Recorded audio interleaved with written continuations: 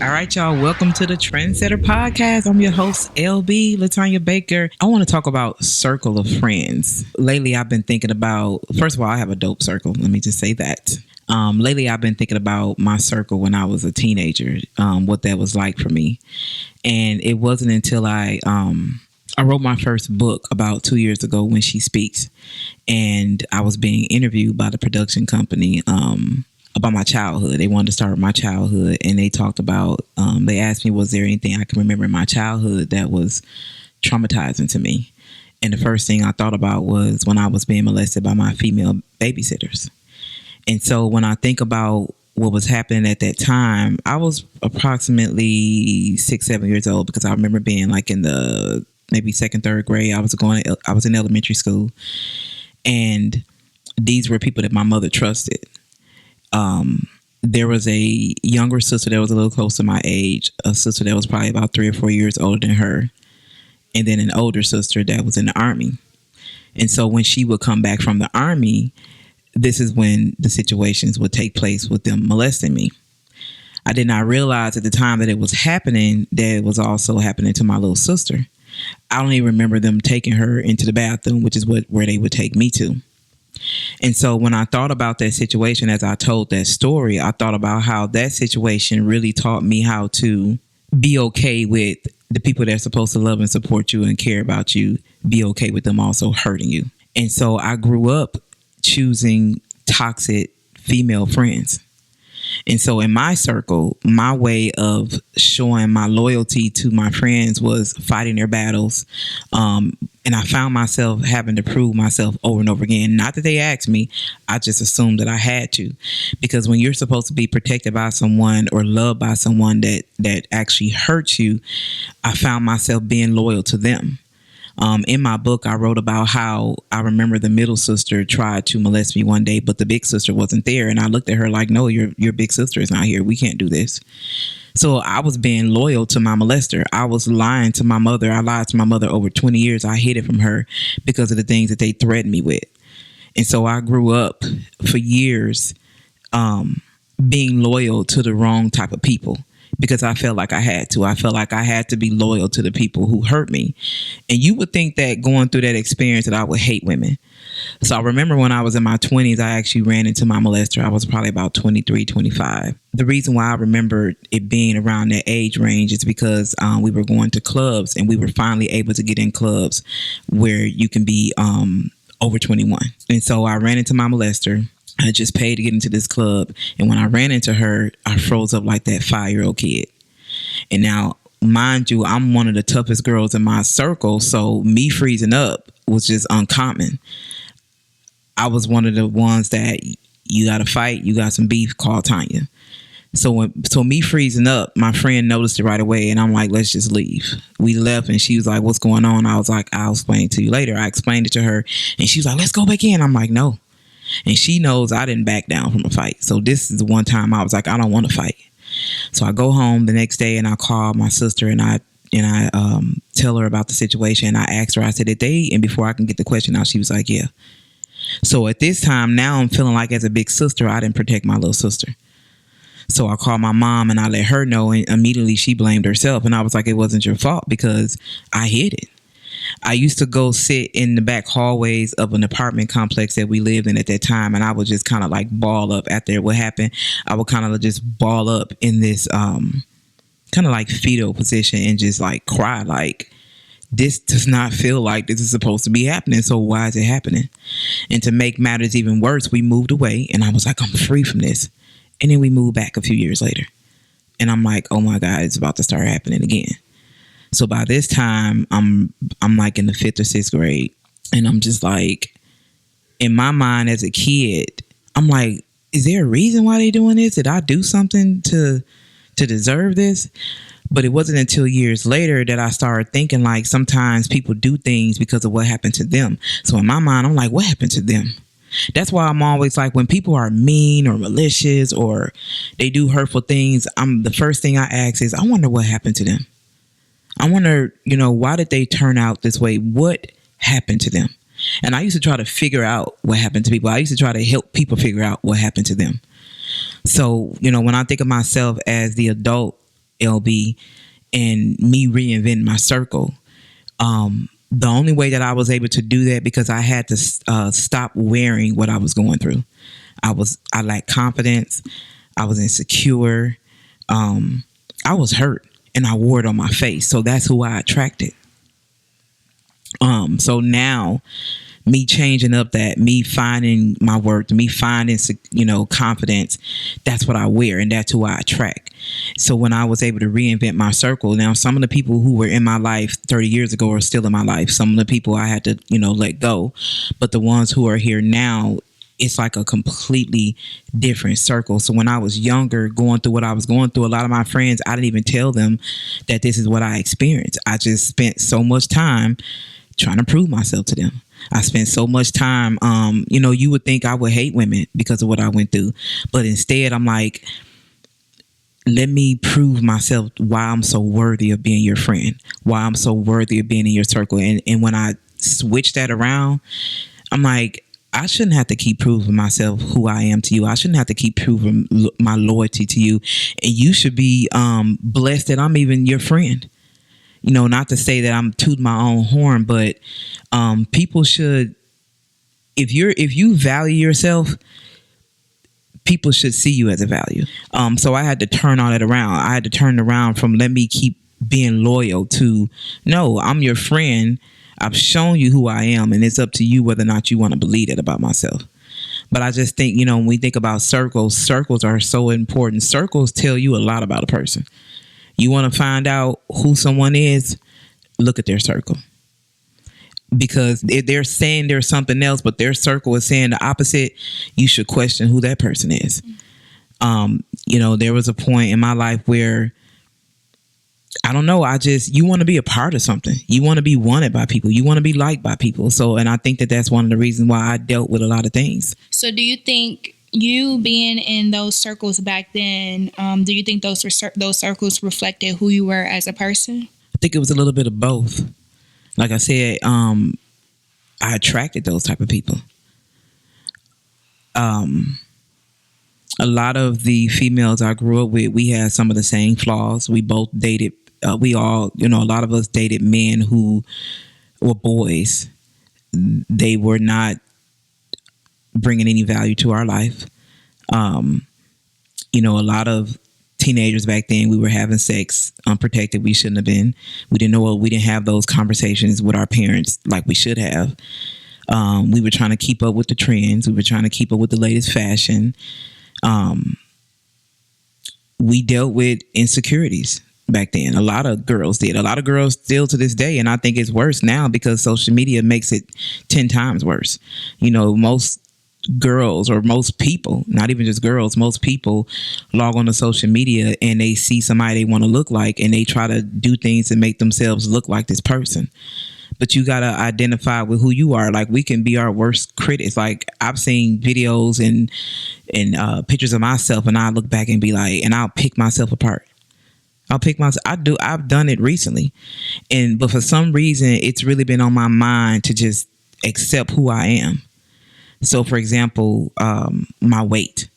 Being in my circle, I was always the chubbiest out of everybody. I was considered overweight. But when I go back and I look at those pictures, I'm like, I wasn't even that overweight. Like, when I look at it now, but back then I didn't look at it that way. Mm-hmm. So now it's just like, when you don't accept who you are, most people won't either. So I have to start accepting who I am. So my challenge now, weight has always been my challenge, but now I'm not looking at it as a physical thing. I'm looking at it from a healthy standpoint. In the business that I'm in, it's a lot of work. Mm-hmm. So if I'm not getting enough sleep, if I'm not eating healthy, it weighs on me, and it prevents me from being as productive as I know that I can be.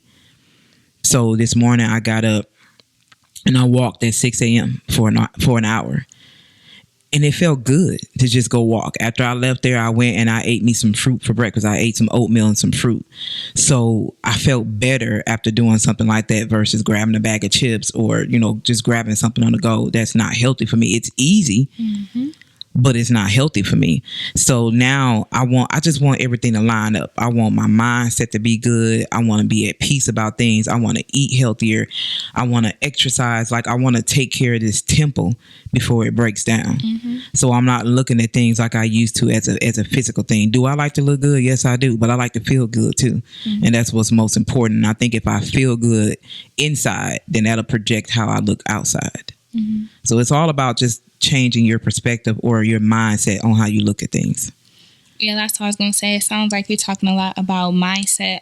How did you get to that point to where you felt like you were capable, or what are some things that you're doing currently to kind of maintain that mindset? You watch football, basketball, sports? Football, I'm a football fan. So a lot of times when they play games, they go back and they watch those games and they critique on how they can do better at things. And that's what I do. I go back and I look at my videos, I look at my pictures, I look at my speeches, I look at things that I did. And now I'm not criticizing myself. I look at, how the audience responded to it. I look at how I could have said something a little different, and I critique myself. My goal each and every day is to be a much better version of myself than I was the day before. But again, it's not about me beating myself down and criticizing myself. It's always room to get better. I don't care how good you are. There's always room to get better at it. No matter how good you are, it's not going to be perfect, but you can always be better at something. So my goal is to perfect it. And the reason I changed my mindset is because when I started looking at people just being happy about things and living their best life, I started asking questions. It's not enough to sit back and assume why someone is happy. We look at celebrities sometimes and we think just because they're a celebrity, they're making all this money, looking good, that they're happy. And a lot of times they're not. They just know how to make it look good. No, I want to really be happy. I don't want to make it look like I'm happy. I want to really be happy. I just went through a whole 4 months in the wilderness. And while I was there, I had time to just really reflect and deflect and pivot and really just reroute in so many different areas. And I didn't take that time to say, God mad at me right now, why he put me through this. No, he needed to really put me through that for me to really see things and see people for who they were. Now it's up to me whether I do at this point, now that he's allowed me to see those things. And I just, again, I understand that not everybody can go. I understand that not everybody can be a part of this next level. Not everybody can be a part of this next season. And I have to really take heed to that. I learned a lot of valuable lessons while I was in the wilderness, like for real. And I didn't make it about anybody but me. Anybody but me. That's what I was going to say. It sounds like there's some form of kind of empowerment of self-control, self-awareness. That's really being the main factor. Yeah. And we have to really be mindful of, I'm big on mentorships and things of that nature, coaching, but we have to be mindful of who we're getting our mentorship and coaching from too. Shout out to Coach Chrissy. She allowed me to speak on the panel this past weekend, her Goddess Brunch, and we were talking about healing, growth, and love. And I talked about how sometimes I remember, so now my car, I'm having some issues with my car. But my car is so important to me, I'm taking it to the experts. I'm not taking it to an alley mechanic. And a lot of time we get our advice from alley mechanics. And alley mechanics are known for rigging up things. And when you rig things up, you can cause trauma in other areas that were not damaged prior to you rigging things up. So, for example, you put the wrong starter in. It can potentially affect other areas in the car that now you need other parts that you didn't need prior to you allowing an alley mechanic to rig it up. So I'm really mindful of who I get advice from. I'm mindful of who I allow to mentor me. I'm mindful of who I allow to come around me, because spirits transfer. So you have to be really mindful of that. So there were times where I was trying to pour into people and I was empty. I was hurting myself. I knew how to look at somebody's situation and help them figure their situation out. But now I've taken on their stuff as if it was mine. So now I feel more bound. You know what I'm saying? So at one point, I was an alley mechanic. I'm trying to help fix people. I had the tools, but I didn't have the expertise. And I didn't go through enough to be able to help people fix their problem. And then, too, we can't fix people. We we're better off to people. We're more valuable to people when we give them the tools to show them how they can fix themselves. So that's what I had to do. I had to stop trying to fix people with the little bit of tools that I had. I had to work on me and heal me so that I can show people how I did this. I can give them the tools. So that's where that mindset took a whole complete shift.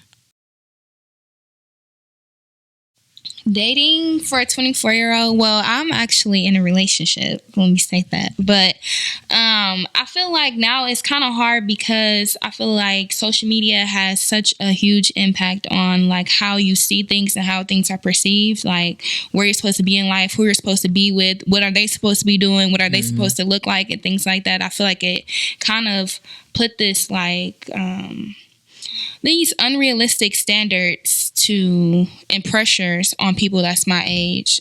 Also, not for every 24-year-old, but a lot of people around my age are getting married and are starting families and things that. Yeah, a lot of people that I went to college with are either engaged or they've been married or they have like multiple kids and things like that. So, is that what you want? That's why I ain't got none. That's why I ain't got no kids right now. Do you think that most women your age want marriage? I think it depends on your background and, like I said, where you kind of like where your goals and values in life. I feel like a lot of people who have went to college, a lot of people see college as like either the end all be all, like their final milestone. I think I'm saying that correctly. And so if that is, then yes, they probably think now that I have my degree, I can find a job and then get married, have kids, provide for my kids and my husband and take care of that. But there are some people that also want a different life that I feel like they use college as a tool to better their careers. A lot of my friends are similar and they have that type of standpoint where we are like, we want to better ourselves first before we actually, think about marriage and kids. So I think it's a 50-50, honestly. What do you think some young ladies are being taught by their mothers at your generation? What have you seen displayed in some of the young women in your generation as it relates to what their mothers are teaching them? In regards to just life, relationships, life, how to be a woman. Like, what are some things that you've seen? What are some things that you've learned? I don't know. That's kind of a tough question because my life, and even within my friend group, I have it's kind of like split. Like I have friends that are here and that I grew up with, and then I have friends that I've met in college and that have a completely different perspective. So their moms taught them to, get an education, be an independent woman, grind, do what you got to do to be successful and have your own career. Whereas some of my friends, I feel like they do have more of a mindset where it's like you should be taking care of the home. You should find a husband that can take care of you and take care of the kids and make sure that everything is covered and taken care of in regards to things of that nature. So, when I say the word submit, what comes to mind when I say submit when it comes to submitting to a man? Has anybody ever talked to you about that? What that looks like? We have conversations about submission all the time. Especially now that is something that's common within my my friend groups in regards to our ages, because I feel like we're in this era where a lot of women, even on social media, are saying like women aren't submitted because I don't know if y'all ever heard of this, but they say like men are sassy nowadays. Do y'all know what sassy is? I keep seeing this word sassy being thrown around. Do you think? I don't. Where does that come from? So a man being sassy is like men want to be like catered to. It's all about like gender roles and gender norms and social norms and things like that. But it's about this idea that men are like stepping into their roles as a man, like they're being more feminine. So whether that's like having an attitude or not taking care of a home or not being financially stable or mainly things in regards to like attitudes and stuff like that. But yeah, so a lot of women are in my age, I'm seeing on social media, they don't think that women should be submissive to men because they feel like men don't have the capabilities to either lead or allowing a woman to be submissive. We do this thing. I don't know if I've seen y'all talk about this, but a soft life. Do you know what a soft life is? I haven't heard of that. Yeah, so soft life is pretty much about like a woman stepping into her femininity. Am I saying that correctly? Okay. Yeah, so it's about like just being able to be feminine, to be like allowed to, they have like this thing called princess treatment. So it's like just being able to be your soft self. You don't have to be as hard, as aggressive as they call them men qualities, masculine qualities, and things like that. So I think that submission, women don't, I don't know, I feel like it's not really prevalent in my generation as of right now. In my generation, when we say the word submission, I've heard women say like they feel like it's you bowing down to a man. And I'm just like, I don't look at it that way. I do think that men have to earn that. And I don't think submission is just one side. It just shouldn't come from the woman. It should come from both sides.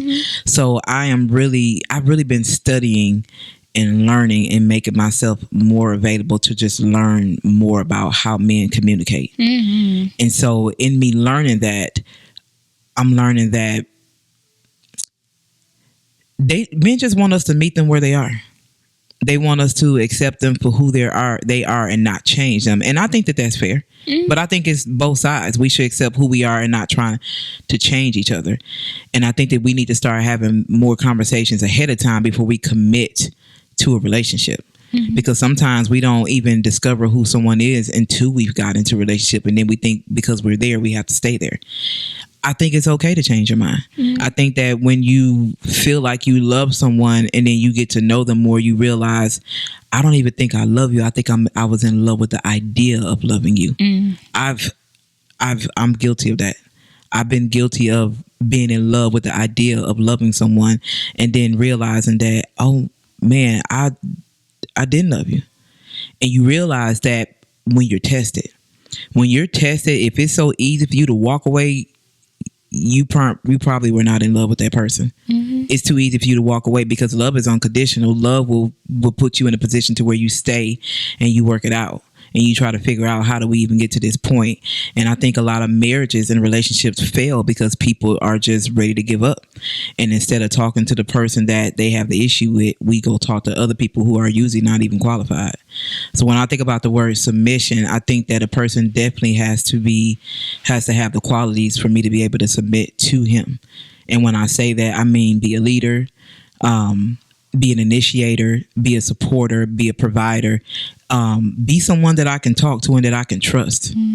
Because if you can't be all that, I'm not submitting to you. Submitting is not something you do right offhand when you start a relationship. And I think those are qualities that a lot of women miss is the trust and the loyal. Well, not no loyalty. Some women don't want that, but having loyalty, having somebody that can be your piece on both ends. A lot of people expect that. Okay, if a man provides or if a man is a protector, then I should submit. And it's like you're forgetting those other qualities. But I wanted to ask you. So what? You went back when you said about what our mothers teaching or saying to girls that are my age and how they were raised and things like that. Either what were some things for you that you felt like your mom brought about you? I know you have all boys, but what are some things that you would give to a young lady? To be honest with you, my mother didn't do a lot of talking. She did a lot of, I watched her. So I grew up where my mother, our house was always clean and just organized. So I learned that from her. I also grew up in the era where I saw my mother date a little bit, not a lot. She didn't have a lot of men coming in and out of our house. So I learned from her, you don't have a lot of men coming in and out your house. But the men that she did date, I saw her kind of just like make sure their food was ready, the house was clean, like kind of just cater to them. And I didn't see them be... Do you think that was submission? No, I just think that was my mother having a big heart. She had a huge heart and she was like that with people, not just men. But I didn't see these men do that for her. So I picked that up thinking, oh, well, my mother did it. You know, as a child, when you see adult do things, you think because an adult do it, it's right. So, and I'm not saying that she was wrong. I think that she gave what she had. I think that her upbringing, her environment had a lot to do with what she thought being in a relationship was supposed to look like. So I don't recall having a lot of conversation with her. I recall her saying to me, look, I got pregnant with you at 17. Don't make that same mistake because I missed out on a lot. I recall her saying that to me, but in my mind, I was dating a guy that I seemed to just be so in love with, and I didn't care anything about getting pregnant because in my mind, I'm like, at least if I have his baby, he's not going to leave me. I didn't want to be alone. So I did stupid things and I accepted things from people, even if it hurt me, because I did not want to be alone. I saw my mother, what appeared to me, be alone, and I didn't want that. She didn't appear to be happy being alone. I saw my mother be stressed and depressed and things like that, but I saw her take on people's stuff. So just to answer your question, we didn't really have those conversations other than go to high school, graduate, go to college, don't get pregnant. And now that I think about it, I'm trying to think with me and my mom, I don't think we've had a actually sat down conversation in regards to like relationships or men or things like that either. I don't think our mothers want us to make the same mistakes that they made, but sometimes they won't say that. Yeah. Nah, we would definitely get into it, and that would be the main thing that she would. And I can kind of, now that I'm older, I can realize a lot of the arguments and stuff that we had was really just her projection of fear. Like she just thinks that she was afraid of, because my mom did have me at such a young age. But yeah, no, that's Really and I don't have biological daughters. I have stepdaughters, and we have conversations about relationships, about men and things of that nature. The main thing that I can teach them is respect yourself. Respect yourself first, and don't let anybody else disrespect you. Don't fight with a man. Don't disrespect a man. Don't argue with people. Don't stoop to people's level, because that just makes situations even worse. And I have granddaughters. So, yes, LB has granddaughters. She's a grandma. I'm a grandma. But I think there's so much exposure out here now when it comes to just kids. So when it comes to my granddaughters, I'm just like, Lord, cover them, because we can teach them all we need to teach them at home, but what are we releasing them to? What about where they're going to when they leave the house? That's my worry. What's around them, the cell phones and the social media. It just makes it so easy for people to just be abused, used, misled, and things of that nature. So like, how do we reroute them? You know what I'm saying? Once they leave that house. And again, I go back to, let's give them the tools so they know how to use these tools when they leave. It's not enough to just give it to them and not teach them. Let's teach them how to use these tools. Because I wish I had a me when I was growing up. I wish I had a me at this age, and I didn't. Just want to say I'm glad to have you now. Okay. Yeah, because I'm telling you, for the most part, I think I had some really good friends. Like I said, I have friends that have been in my life. Was there when I had my kids. Was there when I had my heart broke when I got married. They didn't judge me for making the mistakes. They were still there with me. There were some that did judge me. And so, but now the ones that still are sticking around and supporting me and loving me for who I am, I'm grateful for that. Because now what I do notice with this generation is a lot of people don't stay friends. They change them up like tennis shoes. No. So my best friend, and I didn't even notice it. All of my friends I've had for probably 5+ years. So when I tell people that I'm still friends, even with, I don't know if you ever met Jada. Yes. Yeah. Like they are so shocked. Like they legit be like, how? Like, what's the secret? I'm like, and not afraid to voice it on social media. One day it's my bestie. One day it's I can't stand this B. And it's just like, oh my God, kids go through. Why. Now my kids, they're like friends amongst their siblings, and they're friends amongst my friends and their kids. Like they haven't brought a lot of outside people into their life. They're just, so this generation is different. It's almost like you have it's like two sides. You have the side where we're only friends with our family and the people that our mother brought into, our parents brought into our life. And then you have that side with we're friends with this person, that person. It just changes up all the time. So it's just like, I've never seen that. When I grew up, it was like people to this day that I went to school with, they're still hanging in the same circles. Most of them. Most of the women are. Some of the men, but most of the women are. So it's different. But I think that a lot of that has to do with, again, this is a generation that resulted in kids having kids. I was a kid who had a kid. I was 17 years old. But me having a kid grew me up. Some people had to grow up with their child. Some people had parents who, girl, go ahead, I'm going to watch this baby. Go to the club, I'm going to watch this baby. You know what I'm saying? And that enabled them. I saw a lot of women go through that. When I was pregnant, there were a lot of women in my high school pregnant. A lot of women. And I remember I saw a girl when I was 17 and pregnant. She was 13. 13. And so, again, some women in my generation had to grow up with their child and learn as they went. So they consider their child their bestie. And you can't have both. Either you're going to be their bestie or their parent. Which one is it? So thankfully I had a mother who, she was very supportive. She was like, you gonna graduate. I need you to graduate. I need you to become someone. And because I wanted to make her proud, I moved out when I was 18 and I was struggling bad. I was struggling. I wanted to go back home so bad, but I wanted to prove to her that I can do it. So I stuck it out and I struggled. But the sad part about that is I struggled so bad that I struggled for a very long time. So it wasn't until I was in my late 30s that I started teaching my kids there's a better way to live. We don't have to live like this. And I'm still adamant about that. Still adamant. Wow. I was going to say, like, what do you think are some of the impacts of that, of having to grow up with your child or have a child at a young age? And then how do you think that impact your children in regards to, you know, the decisions they make and who they hang around? First of all, it was common at the time I had a child to be pregnant and have a child. It was common. It was like the going thing. And a lot of that has to do with it. Real quick, this can be on off, but so that wasn't like bad, like y'all wasn't like, oh my god, like this lady is 17 and pregnant, or it like, was bad, but when you're so used to it, it becomes common in our society. You know what I'm saying? Like everybody was getting pregnant, you know, so people weren't afraid of being talked about. It was just the thing. When I got pregnant, I didn't care about people knowing that I was pregnant. Now, when I got pregnant, 2 other women in my high school were pregnant. So that was a very stressful thing for me because it was embarrassing. But the thought of being pregnant, it was almost like I didn't care whether I got pregnant or not, because I'm like, if I at least have a baby by him, he's not going to go anywhere. Okay, so maybe that's where the difference is in mindset too, then. I'm just thinking like, because even when I was in high school too, there were some women that, you know, were sexually active, and then some women, people talk about having abortions, all type of stuff when I was in high school. But for me, I feel like I've always, and this is kind of where I'm at with it now. This is why when y'all ask if I have kids or if I want kids, stuff, I'm like, is because in my mind, it's not even a fact of like, okay, if I have his child, he'll love me enough, we'll be set, we'll be good. It's more so like, am I mentally prepared? Am I physically prepared? Am I financially prepared? Is my kid gonna be straight if I'm not here, or if I'm like, and your generation is busier. Yeah, we were busy in school.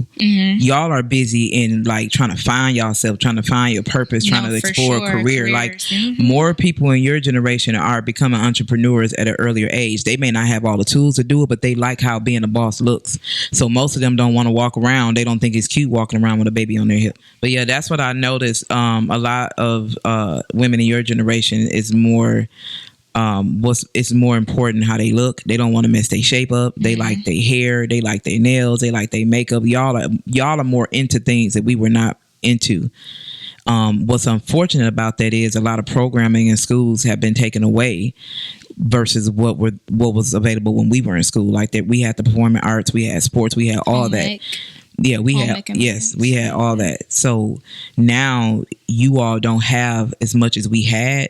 It's starting to come back, but y'all are adults now. You know, so hopefully we can get this to the generation that's coming up. But yeah, y'all are busier. Y'all are a different type of busy. And teenage pregnancy is still on the rise, but I don't think it's as prevalent, you know, as I don't, it was. Yeah. And I run a whole prenatal care business, but it's more women my age or a little younger than me that are having babies, not the teenagers. And I'm pretty sure it's out there. But like I said, y'all, I don't know, y'all just got a different mindset and a different model, and y'all are exposed to something different. Why do you think that is? Again, y'all are the result of the kids who had kids. And I think that some of y'all saw your mother struggle and was like, I don't want that.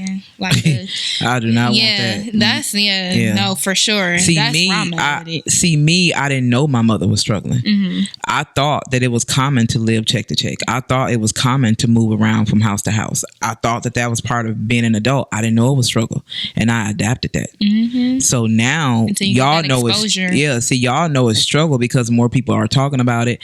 More kids care about what they look like, what they wear, and this and that or whatever. Like me and my friends, we share clothes. If somebody got a pair of Jordans and we can all fit them, we shared those Jordans. Okay, girl, is you wearing that? Yeah, purse? now it's like, no, you're not putting your foot in my shoe. You know what I'm saying? It's just different. It's really different. No, perception, for sure. you know, all that is just pretty much different. Image is a big thing in this world now. So people are always thinking about their image. People are always thinking about who's talking about me, who's going to say this about me. So it's just completely different.